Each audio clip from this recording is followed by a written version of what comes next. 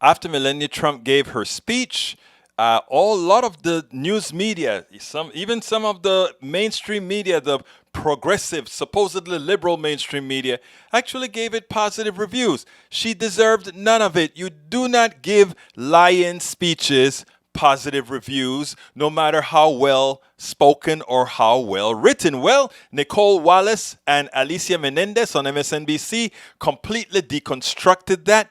Check it out. I think basically it is what it is, I don't care. They don't care about Russia meddling in the 2016 election, He said he didn't do it, and I believed him, Donald Trump told us. They're making a big gamble that people don't care about living in a democracy. There's the gamble that people don't care. I also think there's the gamble that you can distort reality, right? That you can have Melania Trump get up and give this speech where she's trying to round off all the president's edges, try to erase some of his racist past, when she herself has made racist birther statements against the former president. She's going to get up and school America's parents about being responsible with their children on social media when her husband uses social media to bully and intimidate countless Americans. She's talking about her own legal path to citizenship when her husband is actively working to cut that same path to citizenship for so many other Americans. I, as you were, was completely struck by that naturalization ceremony inside the White House, where on one hand, the president's hoping you will watch the optics of this, right? Watch these 5 people are going to get to become U.S. citizens, and ignore the fact that you have about 500,000 people who are in a backlog waiting themselves to become U.S. citizens, who probably won't be able to do that in time for November, won't be able to become voters. He's hoping that you ignore the fact that he has made radical changes to asylum in this country, changing the actual moral fabric of America, ignoring the fact that he ended the DACA program, ignoring the fact that there are thousands of migrant children who were separated from their parents. And so part of the gamble, to your question, is whether or not people care. Part of the gamble is in imagining that you can put forward an entirely different, inaccurate, lie-riddled view of your own record 4 years into your administration. Alicia, you're on fire. Let me show you this from Melania. Donald is the husband who supports me in all I do. He has built a demonstration with an unprecedented number, administration with an unprecedented number of women in leadership roles.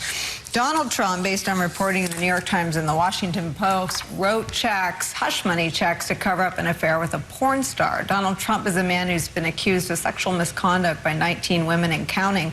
Donald Trump's supporter Roy Moore, who ran for the Senate after being accused of having sexual relations with very young children. To hold Donald Trump out as someone who has built an administration with an unprecedented number of women in leadership. There's audacity, and then there's just, as you said, the outright distortion field, Alicia. I gotta say, the speech doesn't have the same effect when you deliver it, Nicolle. I think there's just a bet here that the messenger is strong enough, right? That you will disregard all of those facts. We had a lot of those facts going into 2016, Nicolle, and there were voters, there were specifically a lot of suburban women who chose to ignore those facts. I think it is telling that this time, when you look at the numbers of suburban women, the thing that they are most rankled by is this president's handling of the coronavirus, which you had Larry Kudlow talking about last night in the past tense.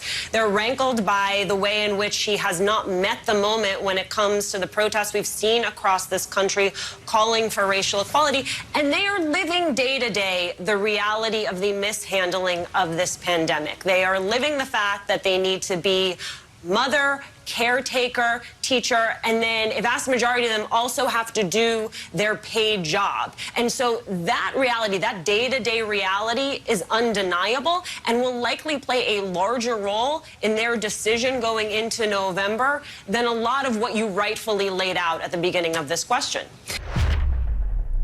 2 independent, intelligent women deconstructing Melania Trump's speech away from the ridiculous statements made by so many other organizations about this speech being so good. No, it was not. It was a performance, and it was a performance that actually pretty much disregarded the intellect of the people who were listening to the speech. Thank you, Nicolle Wallace. Thank you, Alicia Menendez.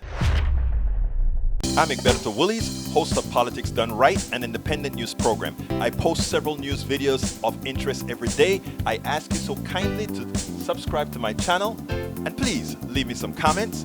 Thank you very much.